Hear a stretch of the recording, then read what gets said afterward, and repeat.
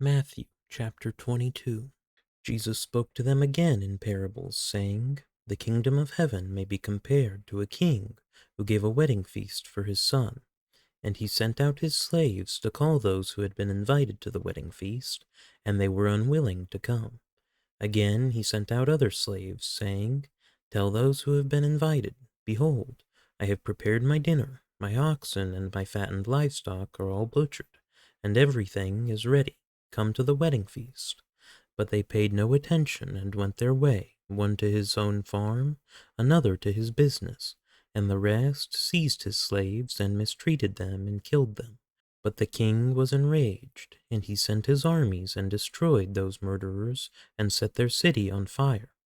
Then he said to his slaves, 'The wedding is ready, but those who were invited were not worthy. Go therefore to the main highways, and as many as you find there invite to the wedding feast.' Those slaves went out into the streets and gathered together all they found, both evil and good, and the wedding hall was filled with dinner guests. But when the king came in to look over the dinner guests, he saw a man there who was not dressed in wedding clothes. And he said to him, 'Friend, how did you come in here without wedding clothes?' And the man was speechless. Then the king said to the servants, 'Bind him hand and foot, and throw him into the outer darkness. In that place there will be weeping and gnashing of teeth, for many are called, but few are chosen.' Then the Pharisees went and plotted together how they might trap him in what he said. And they sent their disciples to him, along with the Herodians, saying, 'Teacher, we know that you are truthful and teach the way of God in truth, and defer to no one, for you are not partial to any. Tell us then, what do you think? Is it lawful to give a poll tax to Caesar or not?' But Jesus perceived their malice and said, 'Why are you testing me, you hypocrites? Show me the coin used for the poll tax.' And they brought him a denarius. And he said to them, 'Whose likeness and inscription is this?' They said to him, 'Caesar's.' Then he said to them, 'Then render to Caesar the things that are Caesar's, and to God the things that are God's.' And hearing this, they were amazed, and leaving him, they went away. On that day some Sadducees, who say there is no resurrection, came to Jesus and questioned him, asking, 'Teacher, Moses said, if a man dies having no children, his brother as next of kin shall marry his wife, and raise up children for his brother.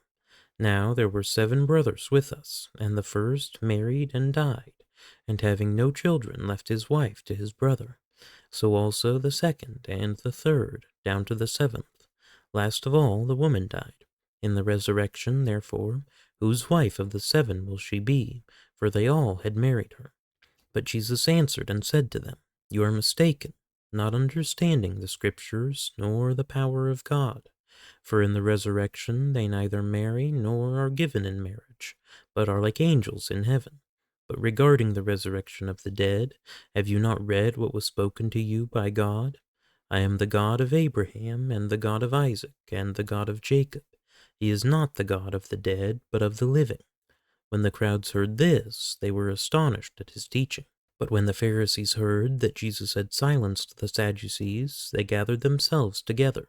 One of them, a lawyer, asked him a question, testing him, 'Teacher, which is the great commandment in the law?' And he said to him, 'You shall love the Lord your God with all your heart, and with all your soul, and with all your mind. This is the great and foremost commandment. The second is like it. You shall love your neighbor as yourself. On these 2 commandments depend the whole law and the prophets.' Now while the Pharisees were gathered together, Jesus asked them a question. 'What do you think about the Christ? Whose son is he?' They said to him, 'The son of David.' He said to them, 'Then how does David in the Spirit call him Lord, saying, "The Lord said to my Lord, Sit at my right hand, until I put your enemies beneath your feet"?